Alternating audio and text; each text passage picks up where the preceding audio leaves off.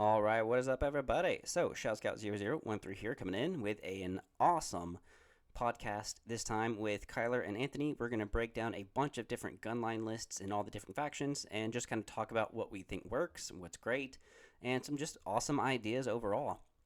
If you're interested in kind of skipping over the new giveaway stuff, feel free to look in the description down below for the timestamp of when the interview begins. But we're going to be giving away some Legion vehicle damage resiliency dice from the Baron of Dice, thanks to Grant Saunier of the Patreon. And we're going to be doing 3 different giveaways for that as well. So if you are interested in those giveaways, all you have to do is be a Discord member and just start talking.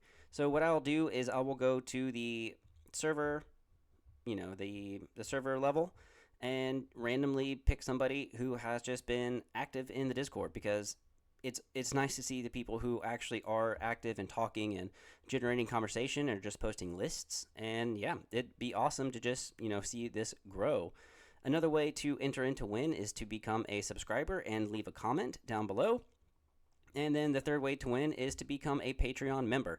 So you don't have to be a Patreon member who's paying in order to win, but if you are paying, you do get extra benefits of getting your name into the drawing more. So you just get more entries if you're paying. But it is open to all the members who are interested in becoming just a Patreon supporter. And, I appreciate everyone who is a member, whether you're paying or not. This community is awesome. You guys are great. So I just wanted to talk about that. And yeah, so if you're interested, that's really it. And then lastly, you can head on over to theburnacademy.com and subscribe for $15 a month to get 3, 4, 5, and 6 day a week workout programs, corrective exercise programs, 30-minute programs in case you're short on time, stuff to do at home, even for your abs and cardio. There's videos to make sure that you're doing everything right, tracking your progress. And if you're interested in real life, transformations, this is some of the people who I've trained, and just even for like a few weeks, who have lost some pounds and change their bodies. So yeah, feel free to head on over to theburnacademy.com, and for 50 cents a day, you can talk to a professional personal trainer who's been training for over 11 years now. So yeah, all right guys, into the video. All right, what is up everybody? So Shadow Scout 0013 here with Kyler. Hello. And Anthony. And today we're just going to kind of go over a few different lists that are gunline lists, what constitute a gunline, and give you kind of like some, our thoughts on what could possibly show up at Worlds. All right, we'll go ahead and get started. So we have an Empire gunline list with Iden, Inferno, Boba, and Stormtroopers. And Kyler was the one who kind of sent this over. And it looks like a very interesting list. Iden and Inferno offer quite a lot. So why did you choose Iden, Inferno, and Boba Fett as like your main guys in this list? Yeah, so Empire right now, I think, is one of those red safe factions, and as such, you want to lean into that.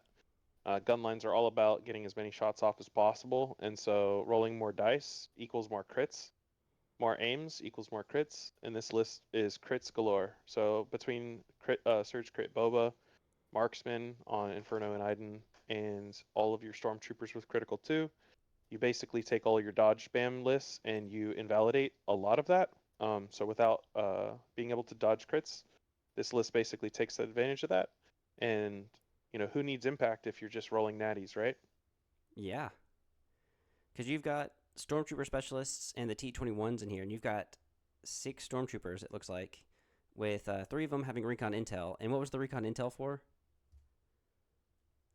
There are specific deployments where having a recon intel allows for a move, tap specialist for an aim, and get a shot off um, on the first turn.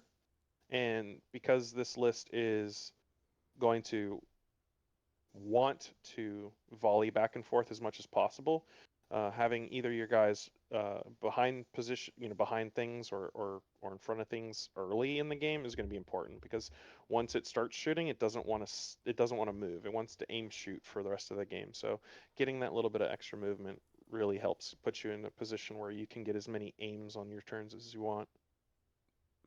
And so, why would you want to do stormtroopers over like shore troopers and mortars? Because I mean, they do have like the T-21B that has critical one, I think, and then the mortar also surges to crit. Honestly, it's efficiency. You now have a sea of 36 or 35 stormtroopers, and digging your way out of that, there are just a lot of lists that just may not even fire enough dice to handle that type of attrition, right? So it's just a matter of just getting the numbers. Your smallest unit is going to be 5 health of red saves, right? Oh yeah, and then I guess yeah, Iden and Inferno have the marksman, which help just with dice fixing, and I don't maybe on like the naked or not the naked stormtroopers, maybe the regular stormtrooper with just the T-21B or just the T-21. What if you just gave it like electro binoculars, or what if you um, were to cut something out to give more aims, or would you want that? Definitely. Some people, if you're willing to dirty your order pool, or if you're really interested in having Iden become um, a Operative. an operative, then the option there is to take out that last stormtrooper who's really more like a more vanilla just with a heavy. You can go with the uh, the generic officer. Now you have a commander. Now you can get your Iden to change her token type. There's definitely some advantages with that. Um, you do get some more aims, but you are going to effectively be giving up a gun. So depending on your environment, either you want those 5 extra red saves, or you would prefer the versatility of Iden being able to be an operative. I think either way works. You just have to know what you're giving it up for. Yeah, because do you think that giving Iden and Inferno Squad more aims besides just retinue and taking the action, do you think that like if we did change that stormtrooper unit to Becky, she can give out the two aims with electro binoculars attached to her and kind of beef up Iden and Inferno a little bit, or do you think that just the regular red saves with the T-21 would be better than handing out those extra aims? Um, you know, it, it's definitely going to come down to, I think, a little bit of personal preference. You're going to um, Imperial Officer with improvised orders and electro binoculars is a pretty good staple. It does free up 3 points. Where those 3 points go can be someone anybody's choice. You can turn that into 6 points if you want to give up your smoke grenades, which is a tactical choice. That would give you those 6 points, and you could possibly get some more recon intels on your other storms. And then you could even take the Inferno and put a recon on them. So you could be a heavy recon force if you give up that smoke grenade. Um, and I think that would be equally threatening, and definitely a nice alternative choice.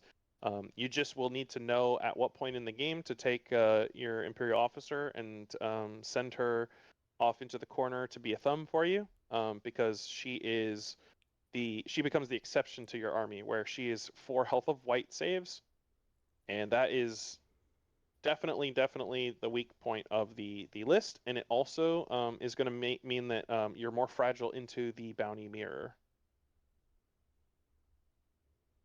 Got you.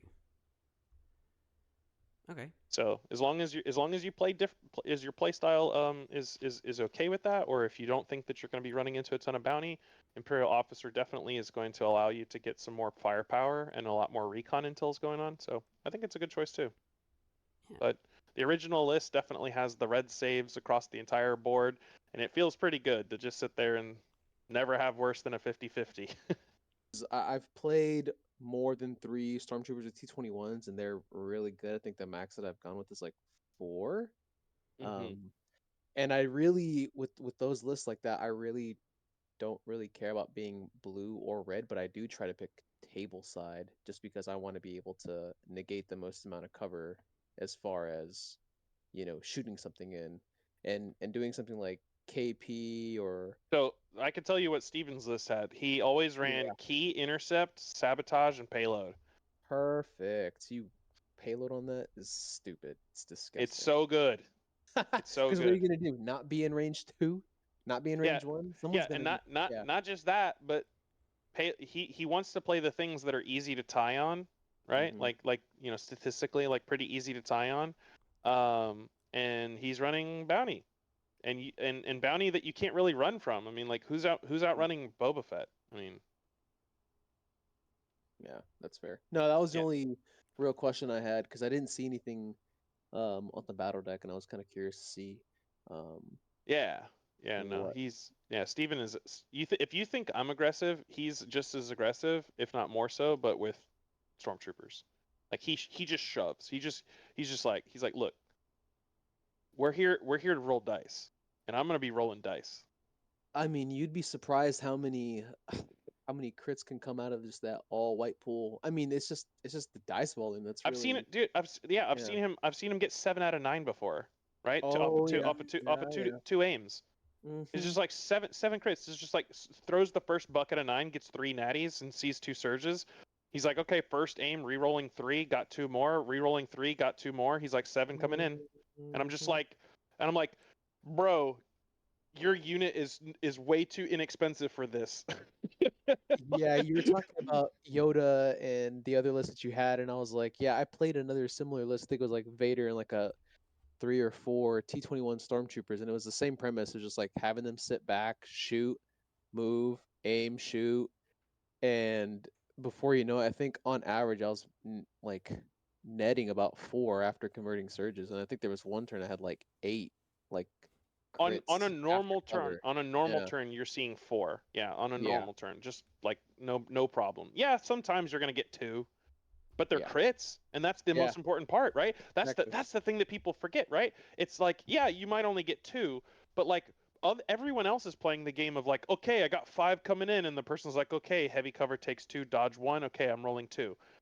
You just skip straight to the part where they're rolling 2. Yeah, you're like, how about you just roll this dice, playa? You got 50-50? Because if you see all those crits coming through, you're not gonna want to roll those red 50-50s. Maybe they'll convert. Man, maybe they won't. Yeah, it's 50-50. I'll take that. Exactly. So we do have a Cassian K2 Rebel officer, Ahsoka, 2 Rebel veterans, 2 Mark IIs, and 2 laser cannons, and they're all pretty stacked. You've got Cassian with Hunter and or offensive push. You've got duck and cover on there for the extra danger sense, along with his sniper rifle. And then you've got K2 with emergency transponder and Jen's blaster. So do you think that the Jen's blaster comes in handy more so than not on K2? Yeah, I mean, K2SO has surge to crit, right? So, having 5 white dice that now have 2 critical faces on them means that he's gonna poke through that 1 pierce, which is really why you're bringing him. You're not wiping units with that blaster, but suppressive, fantastic keyword. Don't underrepresent it.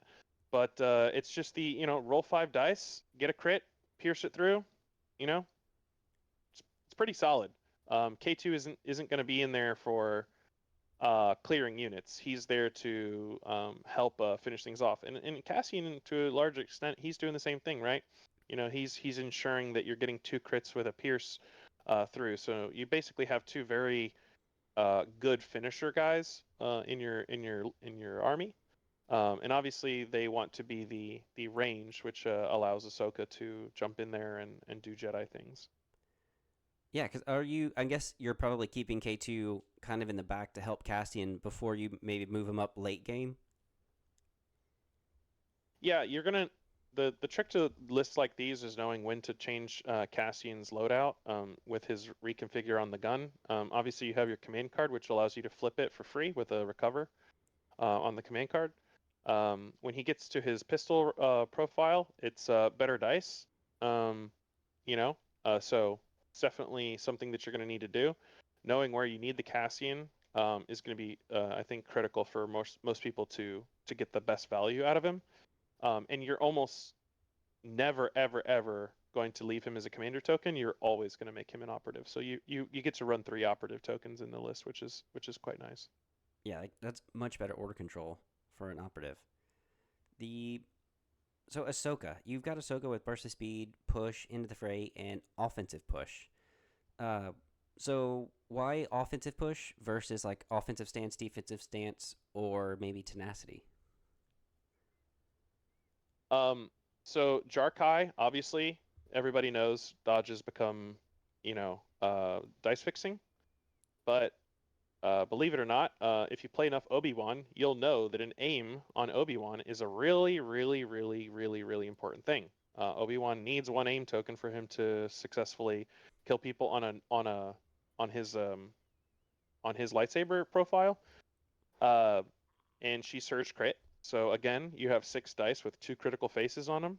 Seems pretty good. Getting that aim is going to be very, very handy to pushing through more crits. There are going to be turns with her where she is not going to be able to use all of her dodges to fix her dice because you want to keep her defensive. And the offensive push is going to be great because, again, the free recover from the command card, it recovers your offensive push. So you get to use it multiple times per game without having to actually spend the recover action. Yeah, that's such a nice combo because then you'll get force push and offensive push back. That seems really nice. And then I guess you get 2 aims because of charge. You can double move, get that tactical one each move, and then have the 2 aims when you swing. And then you've got the 2 Rebel veterans with the CMO 93 trooper, 2 medium blasters, and then 2 laser cannons. So why the laser cannons instead of strike teams? Rebel strike teams are awful.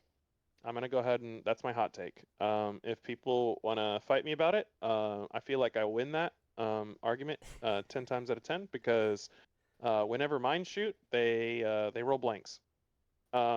Now, if yours don't betray you as much as that, I think there's an argument that can be made for some snipers instead. But obviously, the list that I sent has barrage generator. That is 2 taste. So that is obviously if you're expecting some armor, you switch it to the impact.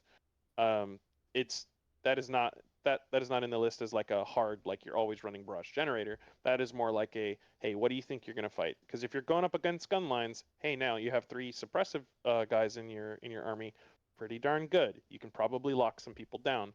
You're stopping their move shoots, right? And stopping some move shoots whenever you have key turns where they were banking on those very specific move shoots in order to get or double moves to get onto a point. Having the suppressive will wind up mattering a whole lot more. You're probably not going to get more than 1 or 2 suppressive shots with the laser cannons. Similarly, you're probably not going to get more than 1 or 2 shots with the impact on each of them because recover shooting just doesn't feel quite as good as aim shooting. But that being said, again, that is something to taste or a meta decision. But whichever you choose, I would recommend you choose to use the same one on both. Yes, That way because you don't want to go 50-50. You want to say I'm either good into armor or I'm going to be good into infantry, and then you adjust your play style if you get matched against the wrong one. Yeah, and I'm assuming that you're probably keeping Ahsoka back a little bit until you need to, or are you going to be a little bit more aggressive with her? Well, Swift Protector is the only time where she's going to help you out, and Swift Protector winds up being almost like your worst command card in a lot of situations because you don't want the wounds to fall on her. That being said, you are a white save army, and becoming a red save army for a turn can be incredibly powerful.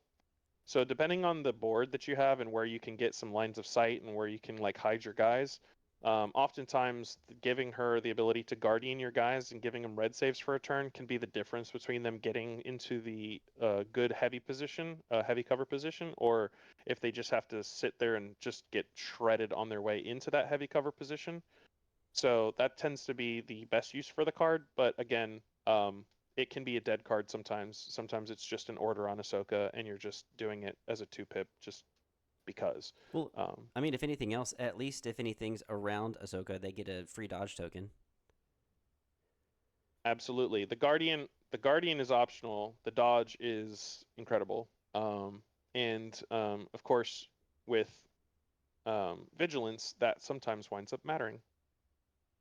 Yeah, and that's what I was going to ask next is do you think that the vigilance is important enough to keep, or would you want to, get rid of vigilance, or, you know, maybe change out a CMO 93 trooper for a medic in there at some point, and or situational awareness, since they can benefit off of either getting a dodge from an order or even the swift protector? A little bit of testing has shown that vigilance is especially good on the turn where you're going to have Ahsoka burst away. Leaving her with a dodge token ahead of time from the last round can be incredibly powerful, so that she has that extra dodge token when she goes in to be very offensive and dive, because she can use the offensive push, and if she doesn't need to fix all her dice, she can leave those dodges on herself, so that she basically takes no damage in return. So I tend to like sending her off with that pre-dodge from the previous phase, with the addition of the defend one. So she's basically starting with 2 dodges just before you're actually even starting your turn, just from the vigilance and from her defend one. So that tends to be the way that I like to do it. But I could definitely see a situation where you want to be more defensive and have some heals. I think that if you're gonna be using your Swift Protector more liberally, I think then the healing is definitely the better choice, because you can soak some more Guardian shots with Ahsoka and then heal them back off. Okay. All right. And So then it's definitely a matter of whether or not you want to be aggressive or if you want to be defensive. If you want to be defensive, that healing bot can be pretty awesome. But if you want to be aggressive, and I mean, anybody who's met me knows that I play aggressive lists. So that's my style. Yeah, I play Wookiees, right? Like, who would have guessed that I want to tear things apart? Um, but yeah, I tend to lean on strategies that allow me to nuke something off the board. and then last thing is emergency transponder like the last upgrade that you put just to come up to 800, or do you want to keep emergency transponders on K2SO? It's the first thing you put in your list when you see a K2 and in a Cassian. Emergency transponders with teamwork is just too good. Oh It's yeah. absolutely too good. You have to have it. I would never get rid of it. The ability to give an extra dodge on Cassian and K2 on a turn where you know that he's going to be firing, losing his incognito, or giving him an extra aim for the turn where you know that you're not going to be able to aim shoot, and so that he can do his reconfigure and get where he needs to be. He still goes in there with an aim for dice fixing. Incredibly powerful. Emergency transponders would emergency transponder stays before even I don't know. I don't know what. I don't know. Maybe Jin's blaster might. Maybe. Nah, it can't go either. No, I'm running both on K2 every time. Okay. Yeah, because I know a lot of people usually run him either like almost naked, or maybe have like comms jammer or emergency transponder on him. Because 10 points for Jen's blaster is quite a lot, but it does, with the 5 dice surging to crit, pierce, and suppressive, it really does make sense. Yeah, it's too good. I think the games where I've played without blaster and just with emergency transponder have just felt not great. Um, his melee profile is good, but like, I mean, it's just it's it's not it's not where you want him. You'd rather have him sitting on a point giving giving tokens to Cassian. You don't want him up in melee with people Okay. unless they run into you, right? Then his melee is like a threatening thing, right? Sort of like Chewbacca, right? Chewbacca for Gar is the same way, right? His gun is why you're running him. But if someone's foolish enough to like rush into you, having four reds, to throw back at them can be pretty spicy. Oh yeah. That can, if you were to run up to, a generic commander with 4 health, you're probably going to be able to, at least severely wound him, if not maybe take him out. Were there any other Yeah. questions on Cassian from Anthony? Oh yeah, he just I don't know if you caught this on the recording, but he had asked about like when do you pop incognito, and I basically said that like I'm looking very closely around turn 3 for it. I want to be able to shoot with him like twice per game to make that blaster worthwhile. But if I can get three shots off and not absolutely lose him, like to like some ridiculous amount of dice coming back, his saves are quite good. And the armor one could potentially matter. So I would just say that like I'm eyeballing it around turn 3. And that's also about the same time where you're trying to get Cassian to convert his weapon and get into position. Um, if that makes sense. Sometimes you just leave him on a back point and he's just gonna snipe his long range rifle, but um you almost never want to break up the teamwork, right? So it really just depends on uh which objective you're in at that point on whether or not K2 like intercept I think is a good example on where like you're probably going to want to be shooting the gun later in intercept Probably like because 5 it's or so 6. it's so easy to lose incognito because everybody's pushing in but on a key position or something like that I'll just start shooting sooner because it's all about getting less activations on the board for your opponent. You don't want to be banking on luck on turn 6. Okay. We'll go to the Mall and Shadow Collective list. So Okay. we've got Mall with Burst. AKA fish. Wait, say what? AKA fish. Oh that's yeah. that's the name of the deck Oh, or the list. It's called fish. fish. Yeah, go fish. I like it. Yeah. Makes sense.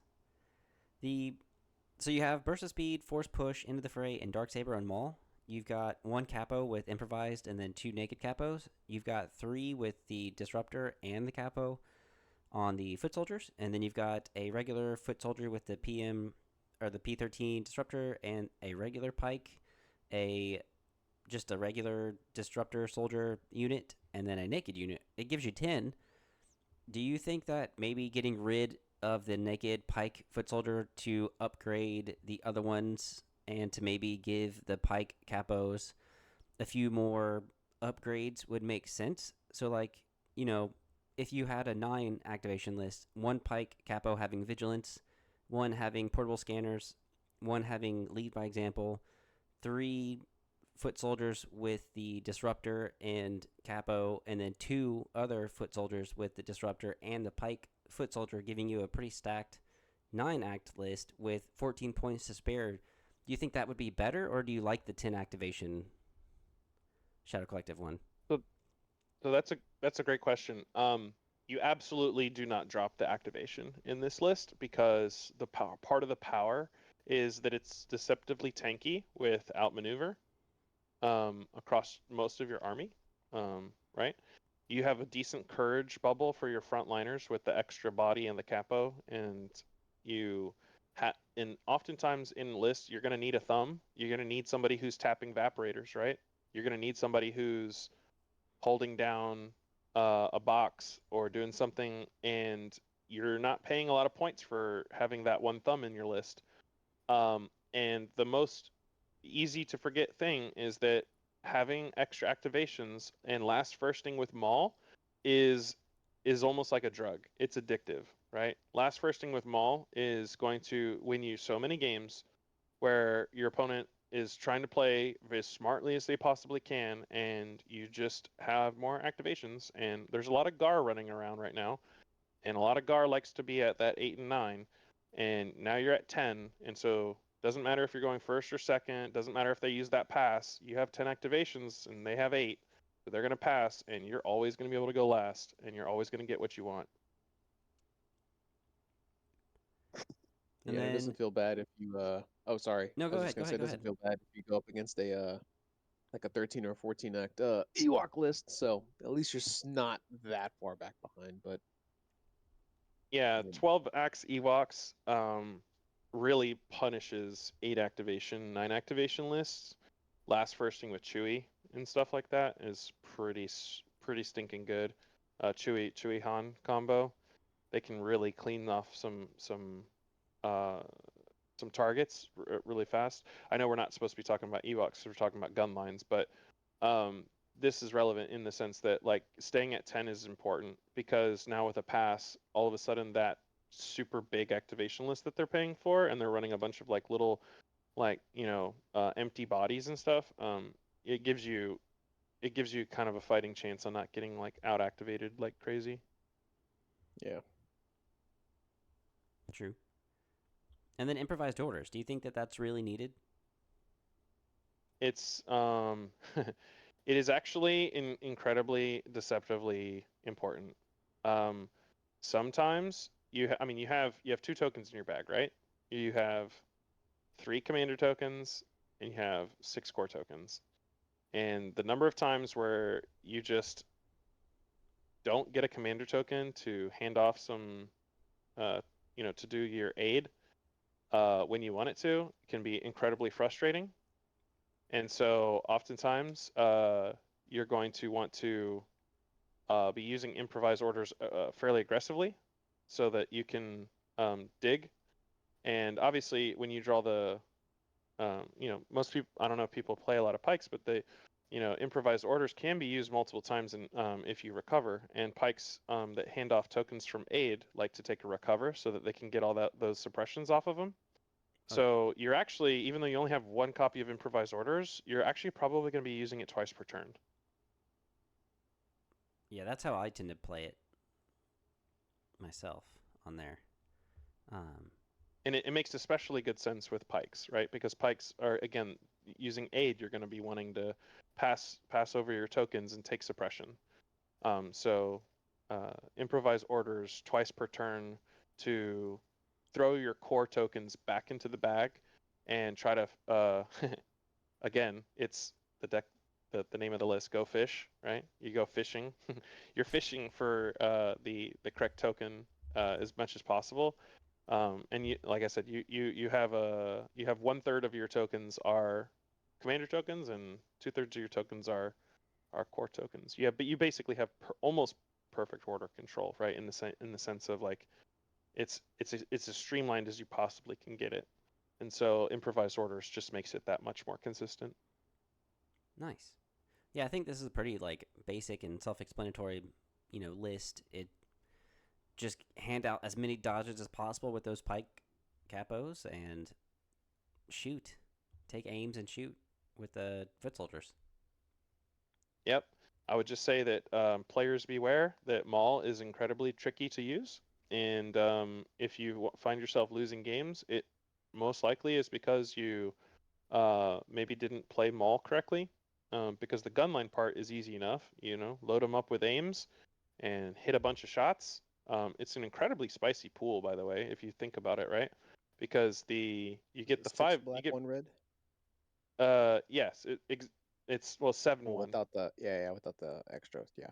Yeah, yeah, it's 7-1 on 4 of your pikes. Mhm.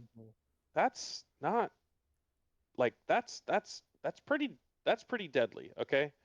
Like Mhm. um and you don't surge. I guess that's the only thing that keeps it kind of fair. Right? You have your capos have a surge token, but I mean like they don't natively surge, so sometimes it feels a little bad. But again, with enough aims support, they are black dice. They're gonna be pretty good. And so Mhm. people who are used to playing like Gar, or something like that, they actually might find this list to be quite fun because it feels almost as tanky as Gar with as much dodges as you have and as many aims as you have. You have plenty of tokens. You're sharing tokens, so it's almost like the Shadow Collective version of a Gar list. Yeah, because that Yeah, I would. Mhm. sorry that danger sense too is really good as well. It's deceptively tanky. Yeah, especially like on his eminence turn. I know we are talking about aiming and shooting and not surging. On the turn where you seize what power we can, that's probably going to be the round where they're going to probably pop off with the extra aims. And if you position Maul well enough and play him, I do agree that Maul does take some practice to use because I remember first using him, I was getting him killed like round 2, 3. Your Knowing mall he should was live till turn yeah, 4 every yeah, game. Do yeah, not let your mall die before yeah. turn 4. especially since you're bringing all of his command cards. Um, Yeah. but the ultimate in a perfect world, you would want to have Maul all the way up to round 6 to use his imminence. That way, nobody can panic around him. Exactly. In a perfect world, but um, on the C's turn, you can really have your pikes load up, and if Maul's already engaged with somebody, it's gonna turn off the want to aim or dodge or anything, because I think if they spend any of those tokens or just gain the tokens, is it spending or gaining the tokens for that seize with power weekend?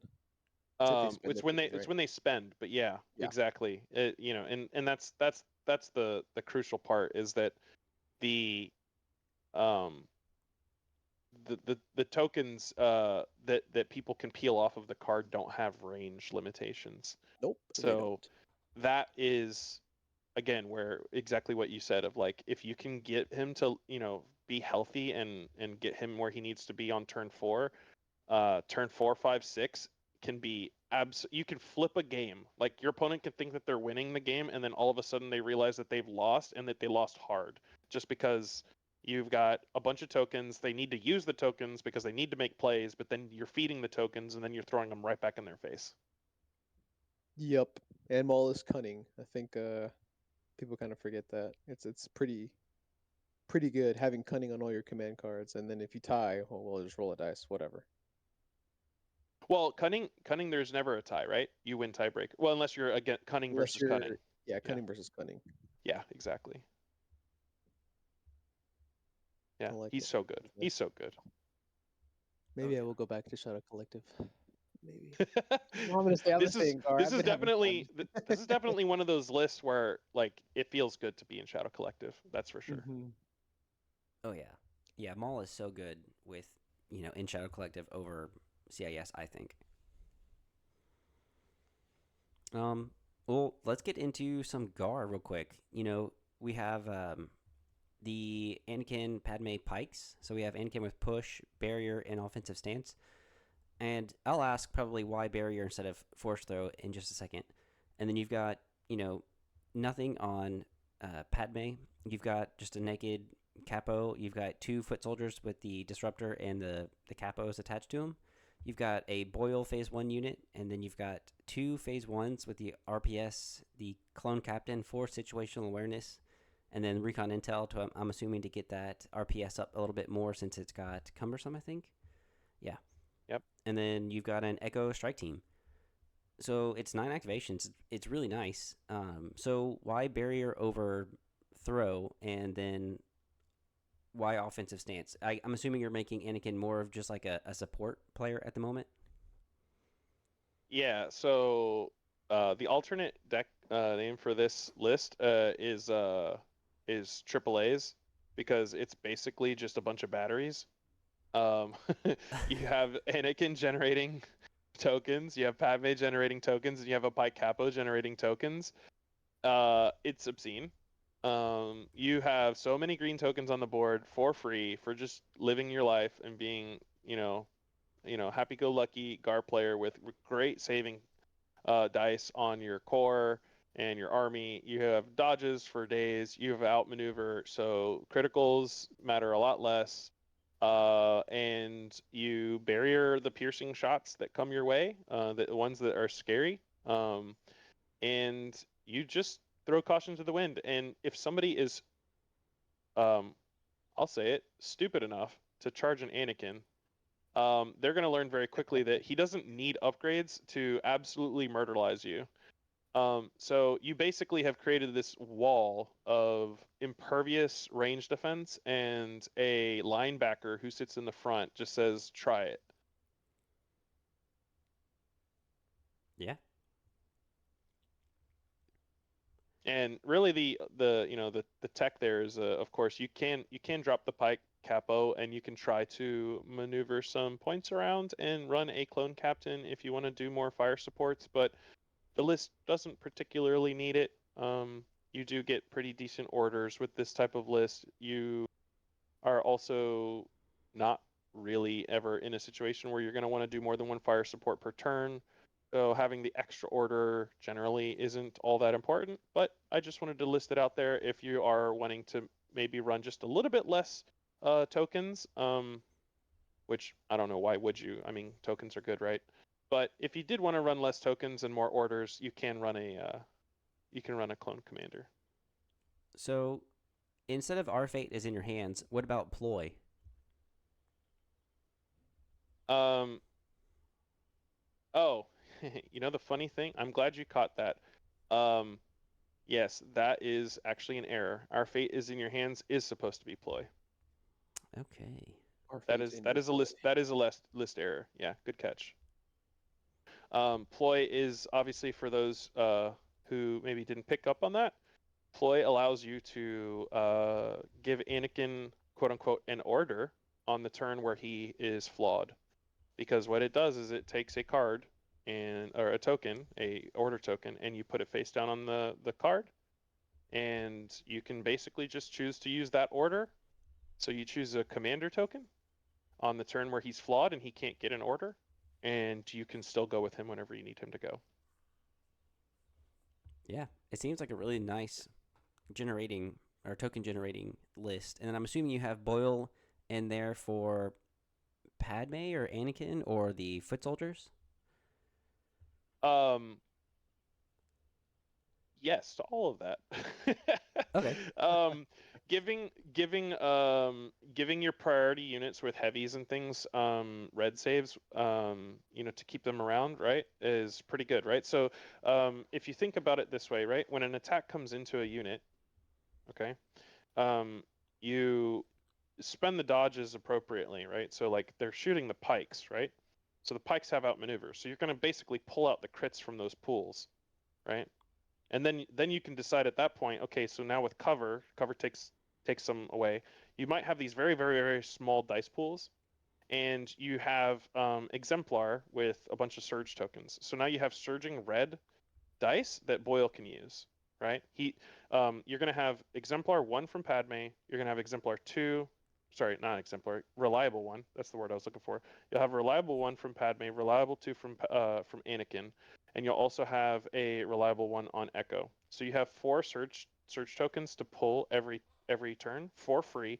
That costs nothing. I mean, obviously, yes, it does require two turns to go by because it's two command cards to get that to that state, but I digress. For surge tokens, your pikes become infinitely more tanky until they get some suppression, and then all of a sudden, now you can say, fine, okay, cool. Now I have my danger sense active. I don't need to use boil anymore to take. So you basically are putting your opponent in a position where you're either getting extra dice on your saves or you're getting better dice on your saves.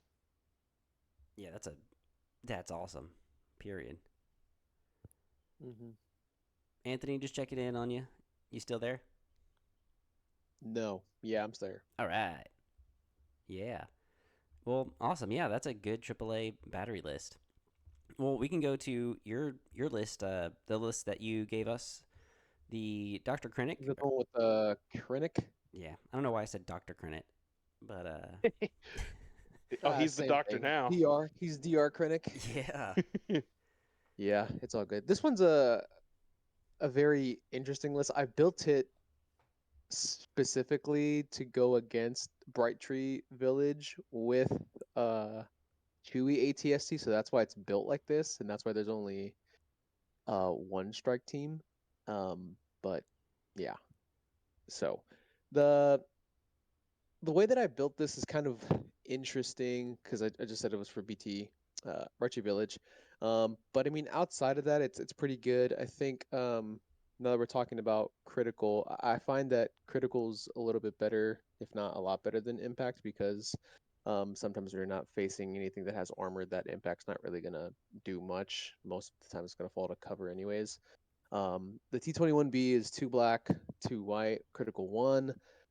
Most times these short troopers are probably just going to aim and shoot, or just move, shoot, or double move sometimes, depending on what the objective is.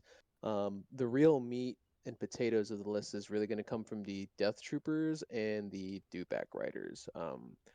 They both have pretty good weapon profiles. I think that DLT does have impact one, but when you're in the trying to look at the configuration, the fire focus config, the E11D, that's what, six black, one red, I think.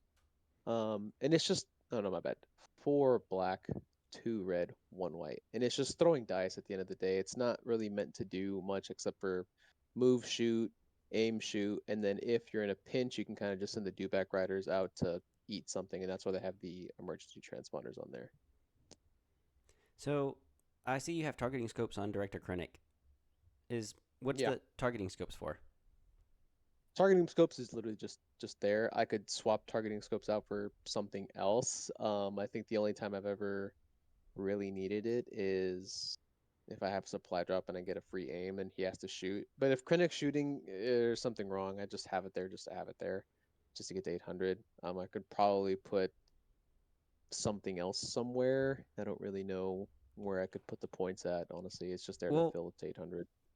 maybe if you got rid of targeting scopes and maybe you got rid of recon intel on one of the Death Troopers, maybe you could give the one without recon intel comms relay, and then when Krennic directs, you might be able to give that order to the dewback or a strike team or maybe the shore trooper for that free aim if they need to move, just in case. Yeah, that's a pretty good point. I think the if you wanted to be a little bit more mobile and have more orders out into the whatever you need to, then yeah, I guess that would really make sense. But you can kind of see um most of this is the hostage exchange, sabotage, KP, intercept. Not the greatest battle deck, I guess, because most of these you kind of do want to move, especially like on hostage exchange. But the dewback riders really help with hostage exchange because they can go and eat something if they really need to. But the majority of the time when I play this, I really just want to stand around and shoot. And also bringing back a death trooper to almost near full health is pretty good. They're pretty expensive when you load them out like this. It's like 110, 113, the way that I have it built out. But usually the death troopers will go first before the shore troopers. That way, if anything happens, if they drop one or two, the shore troopers just go back, heal one up, and just keep rolling. Honestly, that's what it's all about. What if you changed hostage exchange for recover the supplies? I have no idea. Honestly, I guess I could, but my biggest fear on recover the supplies is just facing something that has speed 3, so like a Boba or like Rebel Mandos or even Shadow Collective Mandos. I don't really want to leave myself in a position where something's going to outmaneuver me to that. And I guess the counter argument is I do have recon intel on them and I do have the medic droids on them. That and And the I think the dewbacks. Death Troopers, yeah. And the Death Troopers do have what is it, disciplined, I think. Whenever they're issued order, they drop a suppression. Yeah, that discipline one. I could, but I've played it twice and I've lost on recover the supplies. Maybe that's just poor placement on my part, but the both Payload, times that I've played it, payload, oh yeah, I could do payload. payload. I could do payload.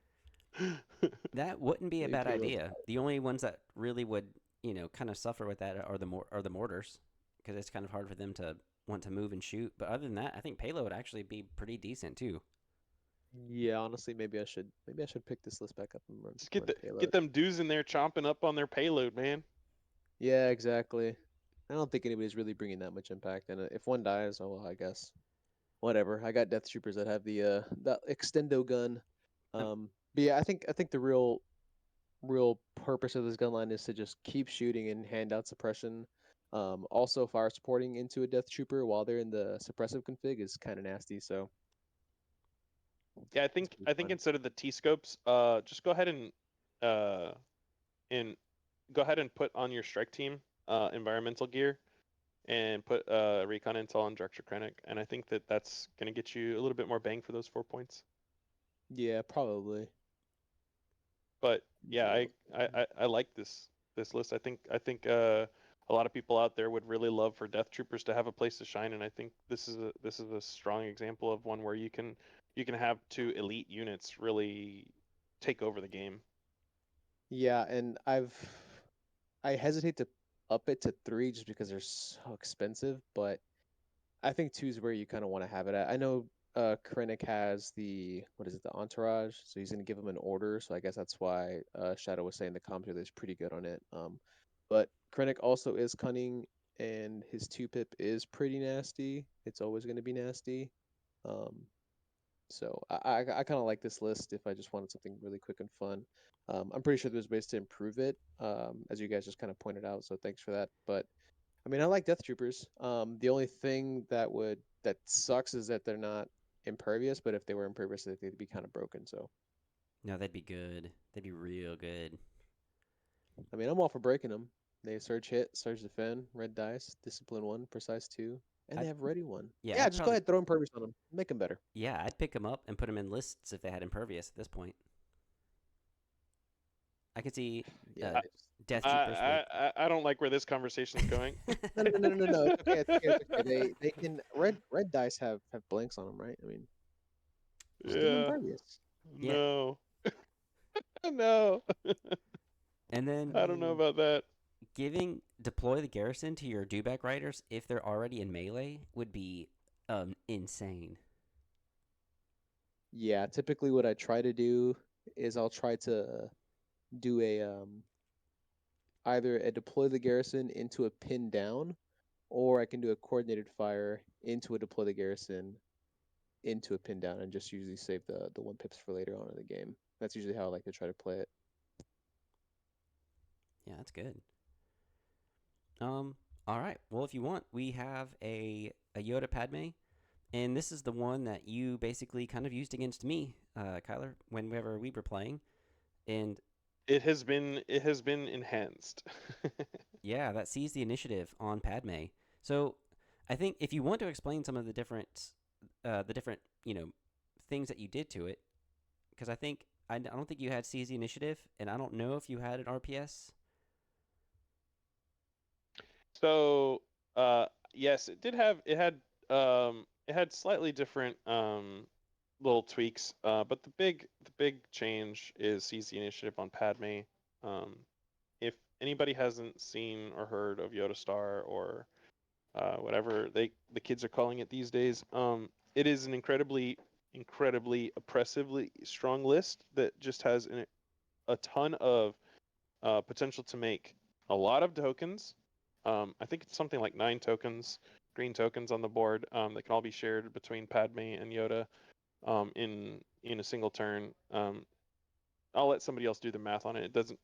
The point is that you have a ton of aims, some obscene number of aims, for free or relatively for free, between doing quick thinking and aiming on Padme's turn, then guiding her to do another quick thinking with Yoda, and then Yoda can take an aim, and then you get 2 extra aims on top of that, and then you're playing clones so that they can borrow an aim from another guy who got an aim, and then they have tacticals, and tactical gives them free aims whenever they move. And did I mention aim yet? I don't know if I said it enough I don't times. like where this It's gonna conversation's have going. it's gonna have a lot of aims. So what winds up happening is, you can basically on turns 2, 4, and 6, which I don't know if anybody has been keeping track, but those are usually pretty important turns in this game. Turns 2, 4, and 6, things can happen depending on what objectives is going on. On those turns, you basically can pick a unit and say that unit doesn't exist anymore in your opponent's army. There's really not a there's there are not going to be very many instances where that just doesn't happen. Doesn't matter how much defensive tech they have, you're pushing through a ton of dice. Arc troopers are, arc troopers plus a fire support from a full unit um, is going to be taking out just about everything that they look at, right? And the thing that keeps it kind of in check is that we've talked about a lot of lists up to this point, and one of the things that I think we keep kind of harkening back to is lots of saves, red saves, lots of health, lots of tokens. This is one of those few lists that basically says, like, hey, yeah, you need it, right? It puts your opponent in a position where they have to have that amount of defensive tech, and then even then they're still trying to hope to put to put up enough defensive tech to not lose their unit. And then you're going to be playing objectives with Yoda, and he is incredibly good at objective play. So if you happen to be the player using your own deck and you're getting hostage exchange or recover their supplies, those are pretty much auto wins. Sabotage the moisture evaporator, similarly, because you have the ability to tactically nuke something off the board, you're always going to be ahead on points, and nobody ever wants to play against a Yoda against key positions because he's basically worth 3, sometimes even 4 units, right? Because the ability to do Yoda's 1 pip and force push twice, plus touch the point, plus also get a charge and delete an activation means that if you have 3 guys touching the point, Yoda just made it 0 people touching the point. And he is now touching the point, meaning you need to throw a 4th body onto the point just to break even in middle. It's really, really gross. It's strong. It's gross and strong. We need a word for that. Gross and Strong and gross. But yeah, it's very fun list to play a few times. I think though that this is definitely one of those things where like, you don't want to bring this to a casual game, because it's not, unlike some of the other lists, there's like ways to play it kind of honestly. Like you're going to play the other lists in a more straightforward manner. People can get gotcha'd by this list, right? They just mismeasure something, and then all of a sudden Yoda does a guidance, puts somebody closer than they thought. You fire support, it's off the board. The person feels bad. They mismeasured a move by 1 inch, and then now they lost their unit from it. And then meanwhile, you're sitting there just going like, okay, well now I have points advantage. I'm gonna go behind this rock and hide my guys, and you can't win. So again, this is going to be one of those ones that I think we need to keep our eye on for Worlds. This list is going to definitely be making its way into top tables. If the people piloting it, like Mike Berry, who already has talked about it when he played it at down in Orlando, and he did so well with it. It definitely isn't a runaway winner, right? All these lists that we've been talking about, there's definitely ways to approach it, but I think that it's going to take very, very, very, very good players to know how this list operates and to just not fall into the trap that can, just have your unit just get deleted, right? So. And I think that that's what keeps it fair, is that at the top tables, people do know how to play against this list and do know on what turns, important things are going to happen. But yeah, it's definitely one to keep an eye on. If I was going to be betting some money, I think we talked about that earlier. I think this is one of those lists that I can hedge my bets on, where it might take it home. It might take Worlds. I think Ewoks, this, and the Anakin list. Those 3. Those are I would be putting my money on one of those 3 lists to take Worlds this year.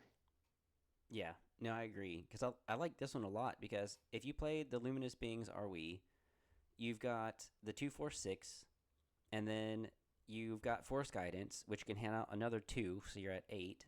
And then Padme can go with her turn, and she can do her quick thinking, which generates 2, and then she can take an aim or a dodge, which will generate a 3rd one. So now you're at 11. Plus reliable. Well, you haven't played her card yet, so that would be 12 if you did. And then turn 1, you play her card. So turn 1. On turn 2, yeah, you do Luminous, and you have that's an extra token there. So I think that'd be 14 altogether. So you've got the Surge. 1 on Echo as well. Oh yeah, so 15. Because I'm just between Yoda and Padme. You've got the 246, and then you've got Yoda's Force Guidance giving out 8, and then you've got Padme with Reliable, which is 9, and then her Quick Thinking, which is 11, and then she takes an aim or dodge, and then you do Force Guidance, or you do Guidance on Yoda to give her another Quick Thinking, and yeah, you've just completely, between just those 2 people, that's your first 2 activations. You've got 15 almost tokens. You have an obscene amount of tokens to deal with, and you just push through a damage profile that consists of, a full unit of ARC troopers, on a move shoot range 2. You have 8 dice from your 4-man group plus the heavy, which gives you the red black, right? So 4 black, 4 white, and then another red black. Then your fire support, D6, gets 6 more white. plus the unit of 4 guys, 4 more black. So they're adding 10 dice to the fire support pool. You have, what is that, 18 dice? With, again, don't, someone else can really do the napkin math on it, but because of tactical and, getting the free aim, and if you've borrowed one from another clone trooper, I mean, like, yeah, you're rolling like 9 aims with enough surges to make everything convert. Yeah, I wouldn't be surprised if you're tabling somebody. I've definitely, I mean, in the most egregious instances, I think, in my testing and playing, semi competitively, I think I've converted 16 before out of that pool. Oof. So that's 16 with sharpshooter 1, and pierce 1 in the pool. That's so nasty. It's pretty good. Yeah. It's pretty good. Yeah, I mean, like, just name a unit, right? Name a unit, right? They got, what, let's say 6 guys, right? Like the stormtroopers with an extra specialist, right? Even if they 50-50 that pool exactly, perfectly average, they're taking 8 through with Pierce, right? So the unit's deleted, right? So again, it's going to be one of those things where if you get gotcha'd by the list, you just die. I've pushed through 14. Or excuse me, not 14.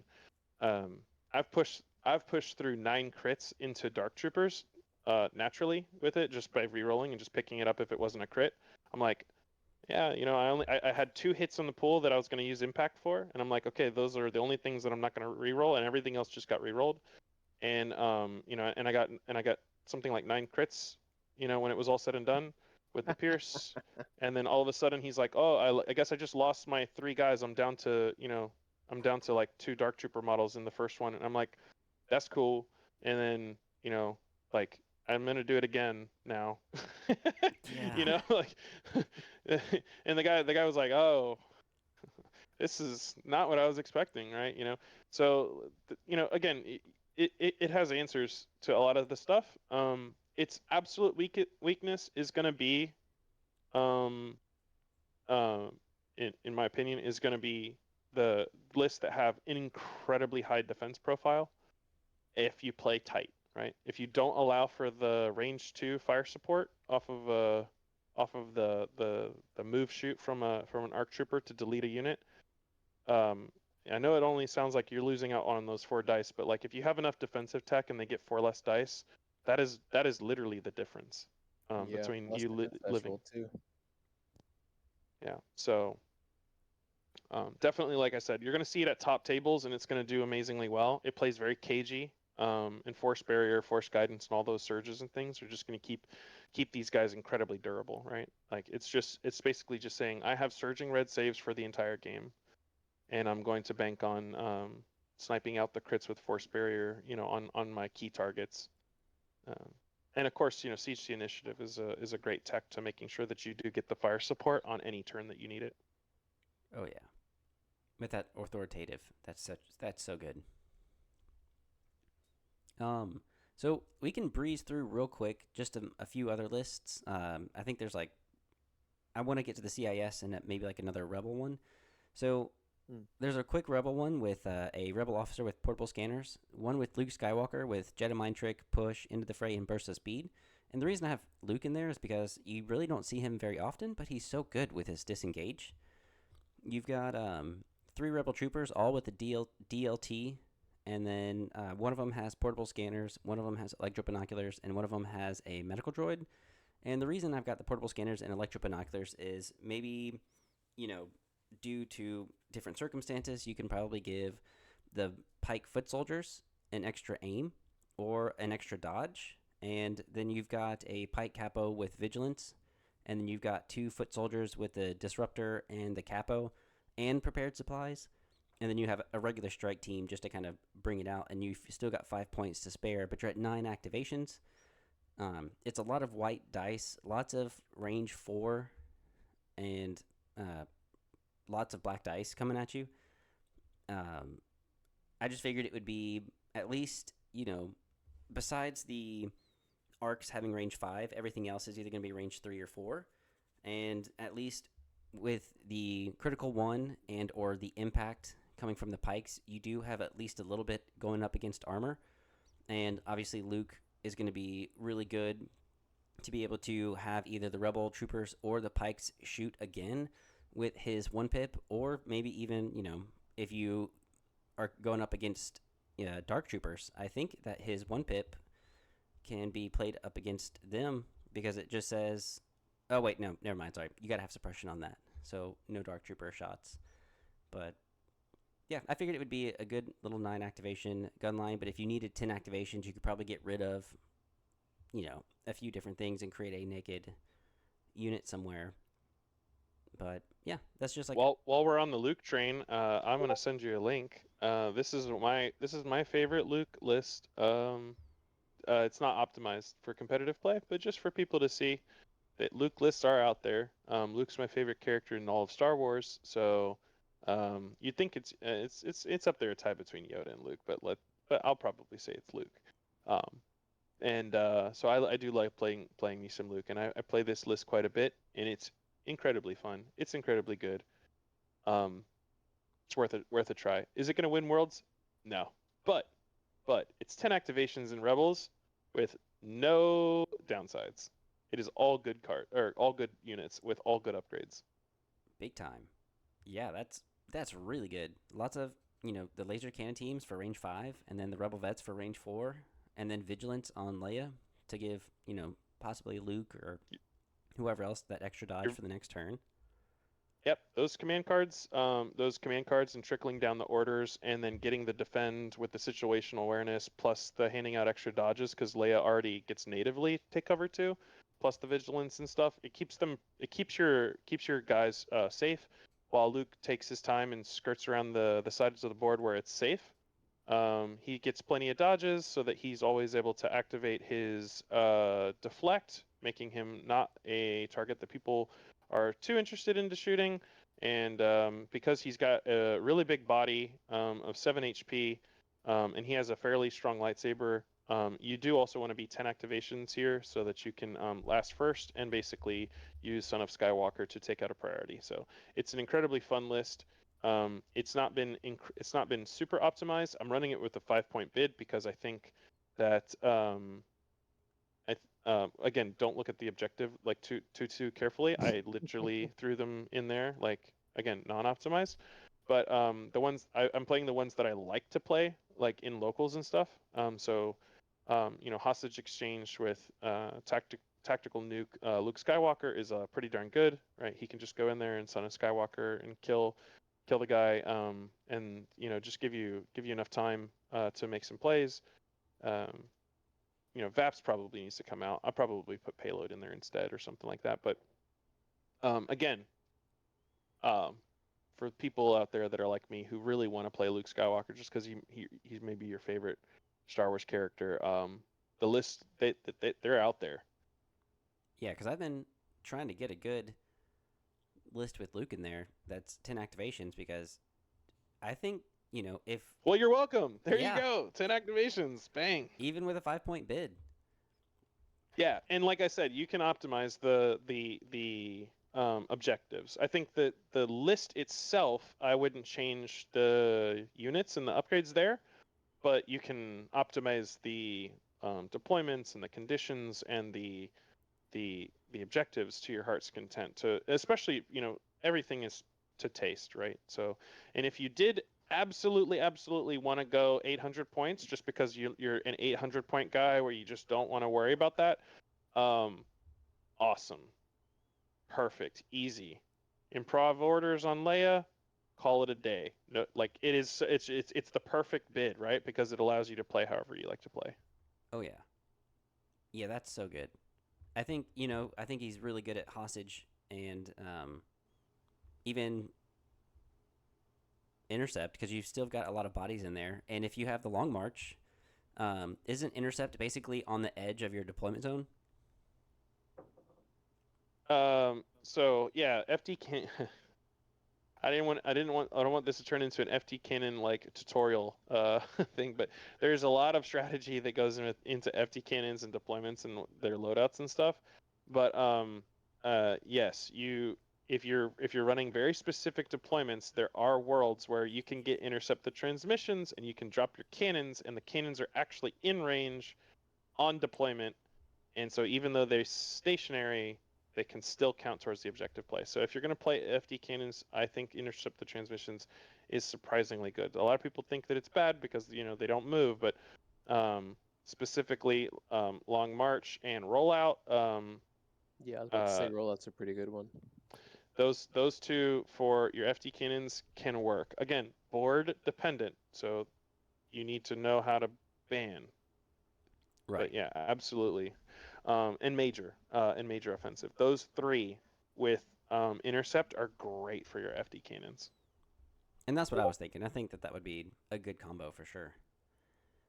In fact, I think with this list, I don't think I've ever lost an intercept the transmissions game with it because it's actually so good, because you do get to lock down the intercept transmission back point with a very high health unit that's scary enough so that people don't want to look at it too carefully, with the big dice profile.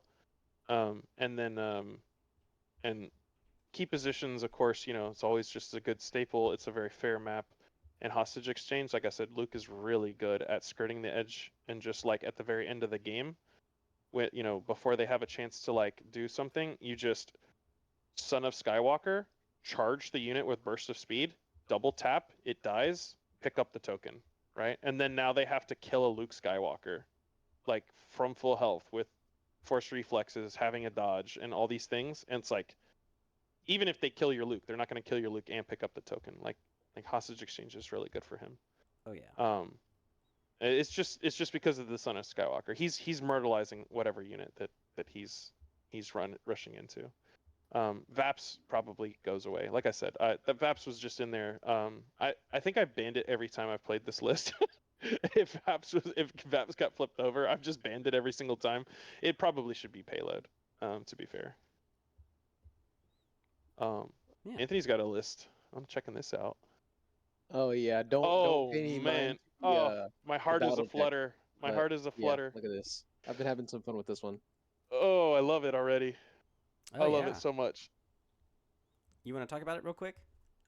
Yeah, so basically kind of the whole point is let the heroes do what they need to do. I think after a couple of games now with Lando and his contingencies 3, I don't know if I would take this to a big time tournament, but I think like a local tournament, I think this would do really well. I can say like right now, most of the times the way that I've kind of run this is just to kind of let whoever wants to come up the middle of the board or wants to be really aggressive, they have to, one, make sure that they're outside of the range or at least in some sort of cover from the FD cannons. And even if they are, you can have the rebel vets positioned in such a way where they can just sit back and aim and shoot. Um, Ideally, you want to be in range 3, but they do have the ability to do a range 4 poke. And then Din also has the ability to do his long shot to get range 3. You also see the Ambam rifle in there. So most times, if I don't have like a decent shot on somebody, I'll just Ambam the first round and move him from there. But there are turns where I have like my rebel vets with like 2 or 3 dodges. Um, and I Although think here's a fun fact: I've missed my turn 1 Amban for the last 6 games I've played Din. Oh. it's just in my mind now, just the Ambam. If I don't really have anything to do, a decent open play. I don't know how well it would do against the Yoda list that you had, but if I see a Yoda, the first thing is Ambam. If I can see him, Ambam. Yes, And yes, bam, move. Because now it's like, oh, 4 wounds. So I got 4 more to go. And if I yeah, really need to sit back and just not shoot anything, I just and bam Yoda the whole time. And yes, yes. it's I annoying if will you I, don't have I a will deck. admit that Din Djarin stocks go up as Yoda gets more popular. Yes. Oh yeah. Yes. Those I free will auto agree. wounds are insane. There's not many effects in this game that just like say, hey, skip all whatever you want to call it, like saving or rolling or whatever. There's very few effects in the game that just say damage, don't care, damage happening, right? Mhm. And they're all great. Like I don't think any of them are bad, right? I'm thinking like your Vader's might, like just drop a unit, free damage, right? If you don't get it, like who cares, right? Like But if when you do get it, you're just like, oh, I'm so good at this game. Yeah, even Tempest. especially especially like on if you have it positioned in a way where you're like KP or intercept and you have like limited viz. If Hmm. someone's not really paying attention to what's going on with limited viz and they know that Din has the Ambam rifle, the Ambam ignores limited viz since it's not an attack It's not an action. attack. You just go and there's been times where it kind of sucks. It's a little bit of a gotcha, but somebody leaves their a Yoda out where I can see them, and I just popped in on top of something that's like height 2, and then I'm just like, oh, I can see him. All right, I'm gonna ambam. They're like, oh, limited viz. I'm like, well, it's not an attack action, so you just got an auto wound from across the map, and now I have everything that can move up. Because then it just becomes this, okay, well now I have a wound on something that I really don't want to wound on, and if you don't have any like medics or med bots or anything to heal that wound off, now you're playing a little bit more conservatively in a sense, and that's just right off the rip. That's just one wound, okay. And if that's something on a bounty target, even better. Chef's kiss. Yeah, even Maul's 2-pip, that the Phantom Menace doesn't give him cover from that. Nope. And yeah, that's also pretty powerful. You see that GIF that I put? That's Amban. 60% of Lieutenant the Sam. time, it works every time. Oh yeah. I Nice. will say it does suck. It does suck when you miss it. I'll Yeah, say I think on yeah. the last actual tournament that I went to, had Ambam worked, I probably would have had a world's invite. I'm not gonna put Hmm. that's a little bit chance on the line. I think he missed Ambam twice that game.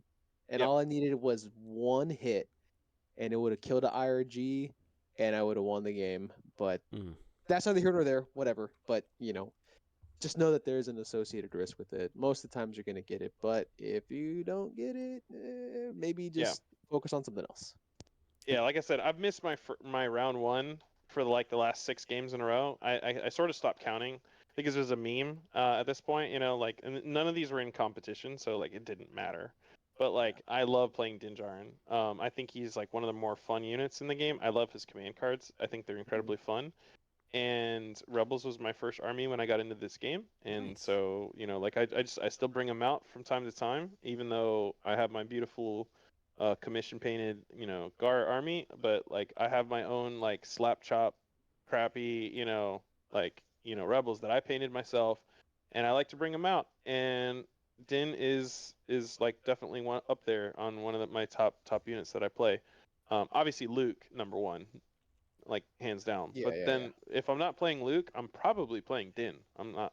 I'll be honest with you. I'll probably be. And there's so many games where I just accidentally win because I wasn't even trying for a bounty and I get it with him.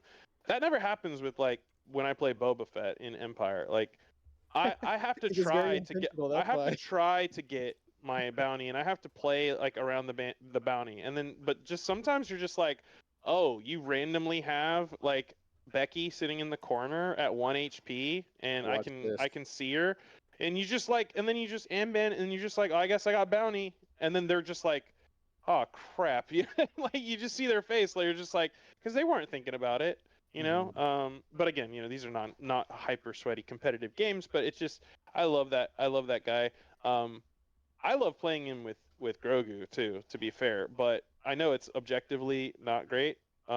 It's definitely a waste of 17 points. I think Grogu should be like 10, and I think he'd be more fair for the cost. But I actually really like playing Grogu because I don't know if you guys know this, but he's got that small keyword, and Yep. you can do some awesome stuff with that small keyword, like using an hey ask a judge before you do this, but I'm pretty sure that a judge told me that you can shoot your amban from Grogu. From Grogu, Yeah. yes, because he is a Yeah, part of the unit, and yeah, and so you can yeah. stick him out from the side of the building and have him borrow that big old blaster rifle, snipe somebody, and then Din is completely protected and can't get shot back because it's a Yep. small unit.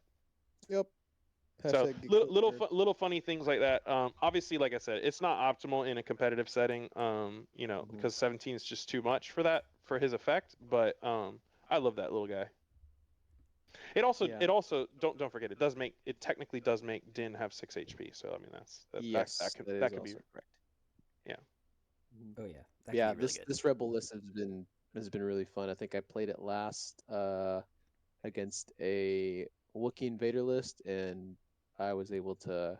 I will say I will be coy that the dice were on me on that side. I think on my very first fire support with the Rebel Vet and a Mark II, I had like, I don't know, after everything was said and done, 8 crits, and that was after both critical fours were done and cover was gone.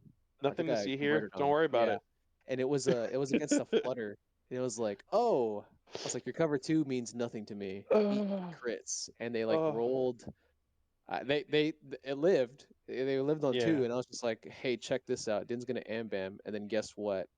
You just landed in uh like Boba's little thing, his little sentinel, and now I'm just gonna finish this bad boy off. Eat this, Yep.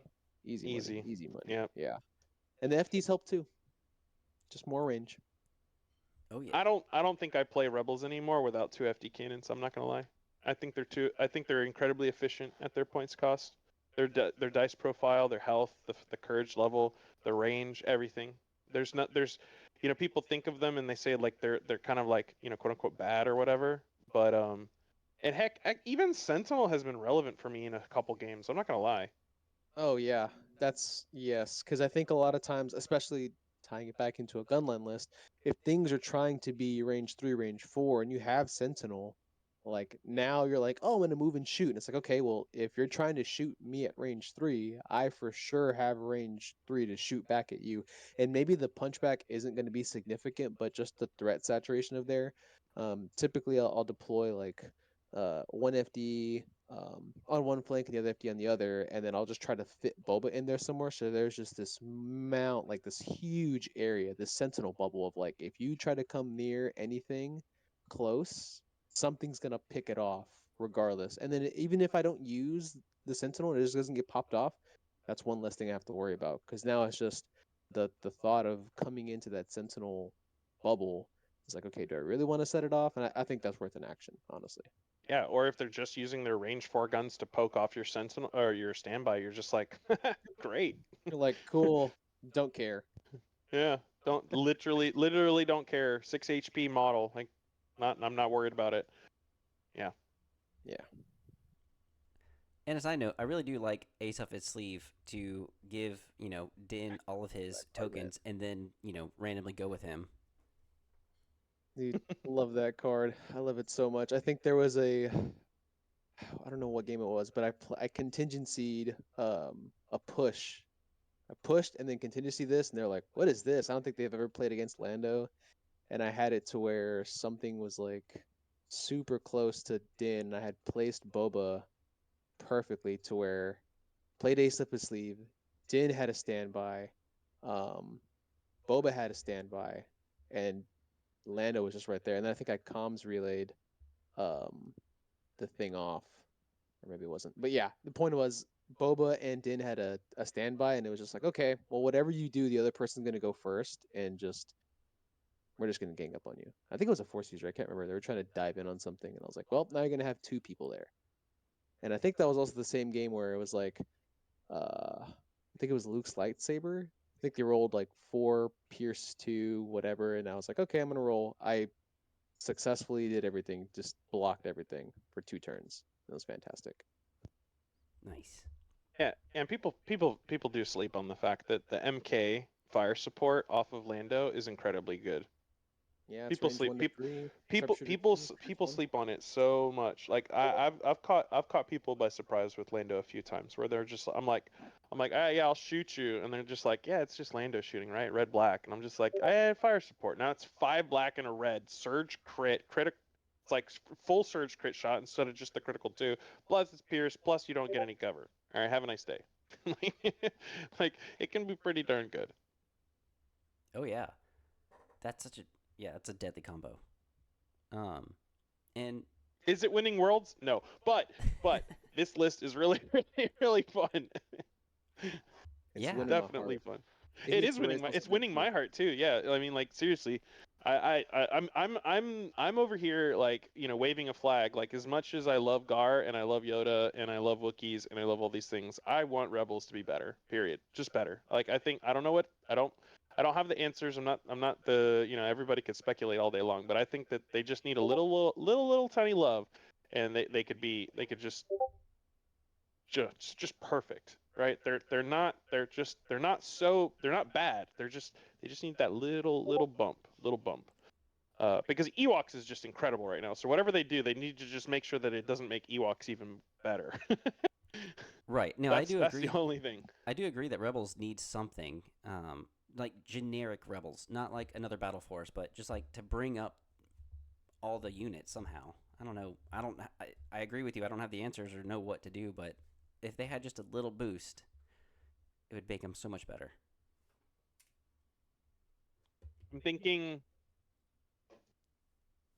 maybe it could be something just as simple as Rebel Vets become Courage 2. I mean, like something small like that, just like an errata on like a critical card that like gets run a lot. You just get your Rebel Vets to have more opportunities to aim shoot with already a great profile critical 2. A lot of black dice. I don't know. Again, people can argue all day long about what it is that they need, but it doesn't need more activations. I think we're already in that realm where like it's easy to make 10 activations in Rebels, so just make the ones that we have count more. Right. And I think Yeah, I'm Leia on needs board to with be the Courage Courage 3. too. Leia probably needs a. I'll be honest with you. I'm over here thinking that Leia probably just needs a whole card rework. I don't think Take Cover is what do you thematically. I don't think that that's her card, right? Inspire makes sense.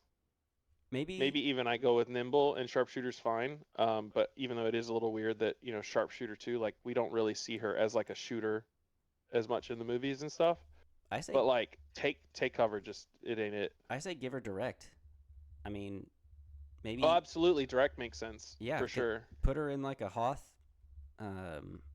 uniform on the card and have her be like the commander and just have her like have direct inspire. You know what? Let's go wild. I don't even care, like, because points values can change. Like she could get direct too, right? Ooh.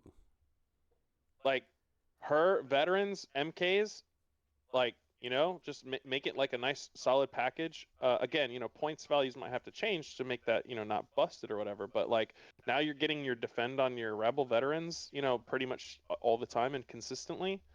Now you're getting Take that it a step further. passing the order, right? Take it a step further. Give her entourage fleet troopers, and then reduce the amount of points that fleet troopers cost. Now we're talking. I mean, I mean, fleet troopers just need to be reworked too. Yeah. They're a first set. They're kind of like a first set model that just like got left behind. Yes. Yeah, I think if they were a little cheaper, and they had another keyword on them, I just want to avoid cheaper set. because I don't like spam. I Right. don't like people just flooding the board with activations. That's my personal preference. I like the idea of them being just more. I don't even I don't even know like what like when would you bring a fleet trooper like You don't. ready Honestly, one You like don't. Ready One. Honestly, I like them to use as like a back point, like babysitter, and you just stand by with them. If anybody comes near them, like they have that Ready One, like they get the aim. I think a lot of people that I've talked to would like to see like maybe the heavy cost 16 points, the barrage trooper, and if they remove the exhaust, I think they'd be fine. Honestly, at 40 points. maybe 40 their points. blaster pistol needs to be black white instead of double white too.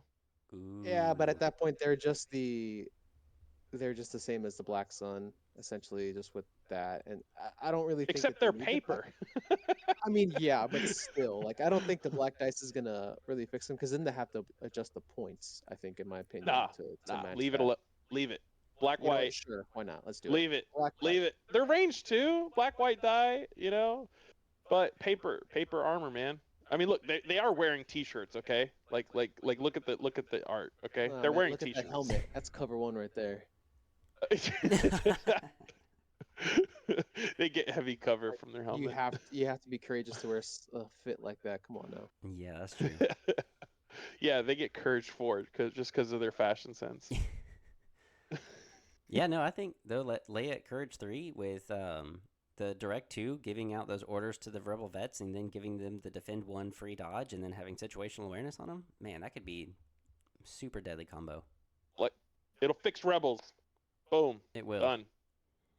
All right, and then lastly, real quick, I know we only went over one Vader or one Empire list. I'm just gonna go over a CIS list and a an Empire list just to kind of close it out because I don't think we've done a CIS at all. And so this one is the Vader list. This one's got the Imperial officer with Electro Binocs. This one, and I know that Blizzard Force sees a lot of action, and that's a really amazing list to go with the 4 bikes. And I think a lot of people are very familiar with it. But if you're just trying to do something new or something random, Operative Vader with burst of speed, push, into the fray, and tenacity. 2 Stormtroopers with the T-21 and the Stormtrooper Specialist. 2 Shore Troopers, one with the T-21B, the comms, and HQ uplink. Another Shore with the T-21B and the medical droid. 2 mortars, and then 2 strike teams. I think it's just like a range, just you're trying to do a lot of crits with the core, and the strike team's just going after random units, and then you have Vader just trying to be protected by the gun line. I'm assuming that's just kind of like the best strategy to keep Vader alive. Well, I mean, what would you say about that? Well, I mean, you mentioned Operative Vader, so I mean, if you're ever playing Operative Vader, then I think that you are probably in one of those worlds where you're saying I have one of the strongest models in the whole game on my side of the army, right? Like genuinely toe to toe, very few things are fighting Op Vader. Maybe just Commander Vader, right? Which is that's its own thing. Like, but he's a beast, and his command cards are so good.